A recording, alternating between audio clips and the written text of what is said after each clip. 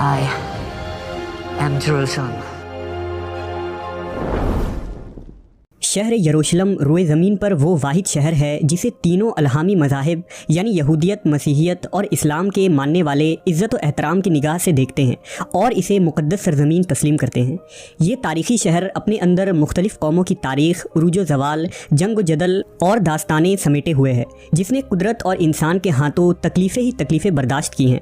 ये मुक़द्दस शहर कई बार उजड़ा और आबाद हुआ, लेकिन आज भी यरूशलेम लोगों के दिलों में एक इनफरादी मकाम रखता है। शहर यरूशलेम अपनी ज्योग्राफिकल लोकेशन के लिहाज से भी अजीब तरीन शहर है। ये शहर ढलवान पहाड़ी पर वाक़ है जो जज़रेल की सरज़मीन से लेकर उक़बा तक फैला हुआ है, जो जुनूब और मशरिक़ के अलावा पहाड़ी के दरमियान घिरा है। हिस्टोरिकल रिकॉर्ड ये बताती है कि यरूशलेम में कभी कहत नहीं पड़ा, जबकि ये शहर 3000 साल से मौजूद है। यरूशलेम की वादियों में मौजूद दूर दूर तक फैले चूना पत्थर और संग मरमर की बंजर वादियाँ एक पुरकशिश और कुदरती वादी की शक्ल इख्तियार करती है। यरूशलेम के कई नाम हैं। मुख्तलिफ कौमों ने मुख्तलिफ दौर में इसे अलग अलग नाम से नवाजा है। इसका सबसे पुराना नाम जेबूस है। यहूदी लिटरेचर के मुताबिक हज़रत इब्राहीम अलैहिस्सलाम ने इस शहर को जेरा कहा था और बाद में शालीम नामी बादशाह ने 2000 साल कबल मसीह में इसमें शेलम का इजाफा कर दिया। इस तरह दो अबरानी अल्फाज यानी येरो और शलम का मुरक्कब ये शहर यरूशलेम कहलाया। इसके अलावा अरबों ने इसे सुनहरा शहर यानी गोल्डन सिटी का नाम भी दिया था, क्योंकि जब सूरज तुलू होता था तो उसकी किरणों से यहाँ सुनहरी पत्थरों से बने हुए मकानात जगमगा उठते थे। जब यहाँ रोमियों की हुकूमत आई तो उन्होंने इसे इलिया का नाम दिया था। इस तरह मुस्लिम हुक्मरानों ने इसे अल कुदस का नाम दिया, जबकि यहूद और नसारा ने यरूशलेम के नाम को ही तस्लीम किया और इस तरह आज तक इसे यरूशलेम कहकर पुकारा जाता है। इंसानी यादों में दुनिया का कोई मकाम बैतुल मुक़द्दस से कदीम अब तक मालूम नहीं हुआ है। अहले किताब के अकायद के मुताबिक इलिया वो सरजमीन है जिसके जरिया इंसान गुनाहों से पाक हो जाता है। यही वो जगह है जहाँ से कायनात की तख्लीक हुई। जबकि अहादीस के मुताबिक यरूशलेम में सबसे पहले खुद हज़रत आदम अलैहिस्सलाम या उनके किसी बेटे ने कदम रखा था। जैसा कि नबी सल्लल्लाहु अलैहि वसल्लम ने फरमाया है कि रुए ज़मीन पर सबसे पहली मस्जिद मस्जिदुल हराम है और उसके 40 सालों बाद बैतुल मुक़द्दस की बुनियाद डाली गई थी, लेकिन गालिबन उस वक्त यरूशलेम में इंसानी आबादी नहीं फैली थी। तारीख़ के मुताबिक सबसे पहले यहाँ आले साम यानी नूह अलैहिस्सलाम के बेटे साम की औलादें 2500 कबल मसीह में आकर आबाद हुईं, जिन्हें किनानी कहा जाता था। इसलिए यरूशलेम को कदीम तारीख़ में अर्ज़ किनान के नाम से याद किया जाता है। फिर 2000 कबल मसीह के ज़माने में हज़रत इब्राहीम अलैहिस्सलाम ने इराक़ से यरूशलेम हिजरत फरमाकर इस इलाके में पहुँचे और हबरून के मकाम पर सुकूनत इख्तियार की। किताब मुक़द्दस और इब्न कसीर की रिवायतों के मुताबिक उस वक्त यरूशलेम के बादशाह शेलम हज़रत इब्राहीम पर ईमान ले आया और इस तरह हबरून में हज़रत इब्राहीम की ताकत व कुदरत में इजाफा हो गया। यहीं आपकी औलादें हुईं और आपने ज़िंदगी का बड़ा हिस्सा इसी मकाम पर गुजारा और हबरून में ही मदफून हुए। 40 सालों बाद हज़रत इब्राहीम अलैहिस्सलाम के पड़पोते यानी हज़रत याकूब अलैहिस्सलाम ने इसी जगह खुदावंद खुदा को ख्वाब में देखा था। लिहाजा उन्होंने इस मकाम पर बैत ईल की तामीर की, जो यहूदियों की पहली मुक़द्दस मकाम मानी जाती है। हज़रत याकूब अलैहिस्सलाम की औलादें, जिन्हें बनी इसराइल कहा जाता है, ये लोग किनान छोड़कर मिस्र की तरफ हिजरत कर गए और लंबे अरसे तक वहाँ फ़िरौनियों के ग़ुलाम बने रहे। उस ज़माने में कौम अमालका ने अर्ज़ फ़लस्तीन और यरूशलेम पर कब्ज़ा कर लिया और जब मूसा अलैहिस्सलाम बनी इसराइल को लेकर मिस्र से निकले तो इसी अर्ज़ मुक़द्दस का उनसे वादा किया गया जो बनी इसराइल को अता होने वाली थी। उस वक्त इसराइलियों की तादाद 7 लाख से भी ज़ायद थी। मूसा अलैहिस्सलाम की ज़िंदगी में बनी इसराइल फ़लस्तीन में दाखिल ना हो सके, लेकिन आपके बाद आपके जानशीन हज़रत यूशा बिन नून की रहनुमाई में बनी इसराइल ने कौम अमालका से जंग लड़ी और उन्हें फ़तह नसीब हुई। इस तरह दोबारा बनी इसराइल फ़लस्तीन के नवाही इलाकों में आकर आबाद हो गए। दाऊद अलैहिस्सलाम के बादशाह बनने तक बनी इसराइल का दारुस सल्तनत हबरून ही था, क्योंकि अब भी मरकज़ी शहर यरूशलेम पर अमालका का कब्ज़ा था। लिहाजा हज़रत दाऊद अलैहिस्सलाम ने 2 लाख के अजीम लश्कर के साथ यरूशलेम पर हमला कर दिया और अमालका को मुकम्मल शिकस्त देकर यरूशलेम को अपनी हुकूमत में शामिल कर ली। यहीं से यरूशलेम की अजीम सियासी तारीख़ का आगाज़ होता है।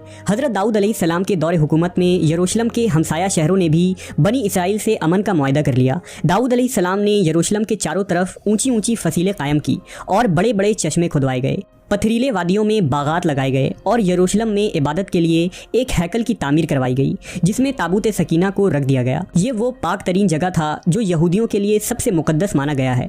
इस हैकल को हज़रत दाऊद के बेटे सुलेमान अलैहिस्सलाम ने मुकम्मल की और उस जगह ऊंची और बेहतरीन इमारत की तामीर करवाई जिसमें बड़े बड़े शाहराह, कमरे और बरामदे बनाए गए।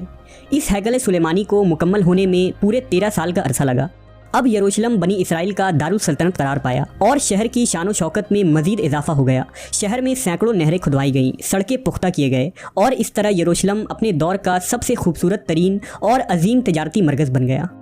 माहरीन का दावा है कि उस ज़माने में यरूशलेम का राब्ता दुनिया के अजीम तरीन तहजीबों और शहरों से था, जिनमें वादी सिंध, मिस्र, फारिस और मेसोपोटामिया शामिल है।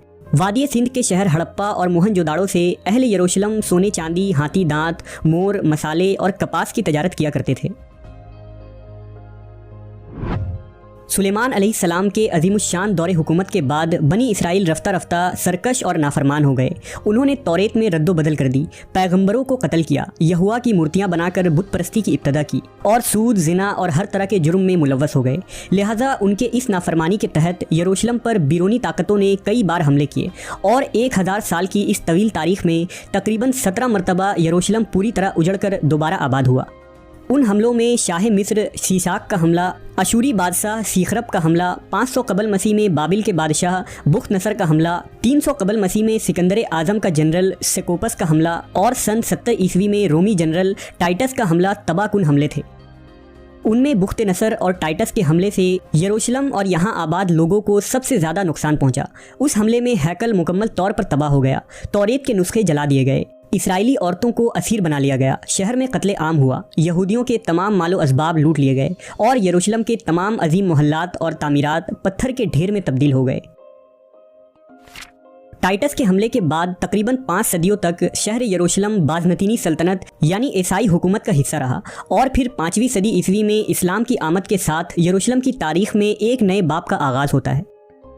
हज़रत मोहम्मद सल्लल्लाहु अलैहि वसल्लम नबूवत के 7वें साल सफ़र इसरा व मेराज पर तशरीफ़ ले गए। इस दौरान आप सल्लल्लाहु अलैहि वसल्लम मस्जिद हराम से बैतुल मुक़द्दस पहुँचे और तमाम अंबिया कराम की नमाज की इमामत करवाई और फिर इसी मकाम से बुराक पर सवार होकर 7 आसमानों के सफ़र पर रवाना हुए। इस तरह काबा शरीफ और मस्जिद नबवी के साथ यरूशलेम के बैतुल मुक़द्दस को इस्लाम का अहम तरीन मकाम का दर्जा हासिल हुआ। 16 हिजरी यानी 236 ईस्वी में हज़रत उमर इब्न ख़त्ताब के खिलाफत में बैतुल मुक़द्दस को यहूद नसारा के हाथों से आज़ाद करा लिया गया और यरूशलेम इस्लामी सल्तनत का हिस्सा बन गया। 86 हिजरी में अमवी खलीफा अब्दुल मलक बिन मरवान ने मस्जिद अक्सा की तामीर कराई और खलीफा अब्बास मंसूर ने मस्जिद की मरम्मत कराई। मुसलमानों के यरूशलेम फतह करने के बाद कई अरब कबाइल वहां आकर सुकूनत पज़ीर हो गए और कुछ अरसे में ही यरूशलेम एक खालिस अरब इलाका में तब्दील हो गया। बनु अब्बास की खिलाफत तक यरूशलेम इस्लामी रियासत का हिस्सा रहा, लेकिन जैसे ही खिलाफत कमज़ोर पड़ने लगी तो 1099 ईस्वी में सलीबियों ने बैतुल मुक़द्दस को मुसलमानों से छीन लिया और यरूशलेम में मुसलमानों के खून से होली खेली गई। तकरीबन 88 साल तक ये शहर सलीबियों के कब्ज़े में रहा और आखिरकार क़िबला अव्वल की आज़ादी के खातिर 16 जंगें लड़कर सलाउद्दीन अय्यूबी ने 1187 ईस्वी में यरूशलेम को दोबारा आज़ाद करवा लिया। सलाउद्दीन के बाद तकरीबन 700 बरसों तक यरूशलेम इस्लामी सल्तनत का हिस्सा रहा। जहां तुर्क उस्मानियों ने इस शहर को खूब तरक्की दी तो वहीं यहूद व नसारा के लिए भी शहर के दरवाजे हमेशा खुले रहे और यरूशलेम ने तारीख में पहली मरतबा इतने लंबे अरसे के लिए अमन व अमान का दौर देखा। लेकिन फिर साल 1917 में खिलाफत उस्मानिया के खात्मे के बाद यरूशलेम दोबारा फितना फसाद का मरकज़ बन गया और 1948 ईस्वी को अमेरिका, बरतानिया और फ्रांस की साजिशों से अर्ज़ फ़लस्तीन के ख़ित्ता में सिहूनी सल्तनत कायम की गई और यहूदियों ने यहाँ इसराइल के क़याम का ऐलान कर दिया। लिहाजा अरब ममालिक इसराइल के खात्मे के लिए मैदान जंग में कूद पड़े, लेकिन यूरोप और अमेरिका के सहारे से इसराइल ने अरब ममालिक को शिकस्त दे दी और फिर 1967 ईस्वी में 6 रोज़ा अरब इसराइल जंग के बाद यहूदी यरूशलेम और बैतुल मुक़द्दस पर भी काबिज़ हो गए। अरब इसराइल जंग में फ़तह के बाद यहूदियों ने यरूशलेम समेत फ़लस्तीन के मशरिकी इलाकों पर भी कब्ज़ा कर लिया, जिसे आलमी बरादरी आज भी एक गैर कानूनी कब्ज़ा करार देती है। सिर्फ यही नहीं बल्कि वक्त के साथ इसराइल फ़लस्तीन के मज़ीद मुस्लिम इलाकों पर कब्ज़ा करता चला गया, जो आज तक जारी है। इन कब्ज़ों के रद्द अमल में हर साल फ़लस्तीन में इसराइल की इंसानियत सोज़ जुल्म के मनाजिर देखने को मिलते हैं। इसमें कोई शक नहीं कि फ़लस्तीनी मुसलमान अब तकरीबन 1 सदी से तकलीफ़ और आजमाइश की चक्की में पिस रहे हैं और ये दुनिया की वाहिद कौम है जो खुद अपने ही इलाके और अपने ही वतन में मुहाजिरों की सी ज़िंदगी गुजारने पर मजबूर है। لیکن یہ بھی سچ ہے کہ دنیا بھر کے مسلمانوں کے دل اہل فلسطین کے ساتھ دھڑکتے ہیں اور وہ کسی بھی صورت اسرائیل کا غاصبانہ قبضہ تسلیم کرنے کے لیے تیار نہیں ہے۔ فلسطین کا غم امت مسلمہ کا مشترکہ غم ہے، اور یہ بات بھی روز روشن کی طرح عیاں ہے کہ بیت المقدس کا مسئلہ فقط اہل فلسطین کا مسئلہ نہیں بلکہ پوری امت کا مسئلہ ہے۔ احادیث کے مطابق قرب قیامت میں یروشلم جنگوں کا مرکز ہوگا اور وہاں اسلام کا غلبہ ہوگا۔ حضرت عیسیٰ علیہ السلام کا نزول بھی انہی علاقوں دمشق کے مشرق میں سفید مینار کے پاس ہوگا، اور وہ دجال کو باب لد کے پاس قتل کریں گے۔ باب لد فلسطین کے علاقے میں بیت المقدس کے قریب ہے، اور اس طرح فتنہ یاجوج ماجوج کی ہلاکت اور انتہا بھی بیت المقدس کے قریب جبل الخمر کے پاس ہوگی۔ اور قیامت کے قریب وہ وقت بھی آئے گا جب ایک مومن جماعت کے ہاتھوں مسلمان ایلیا یعنی بیت المقدس میں اسلام کا جھنڈا نصب کریں گے۔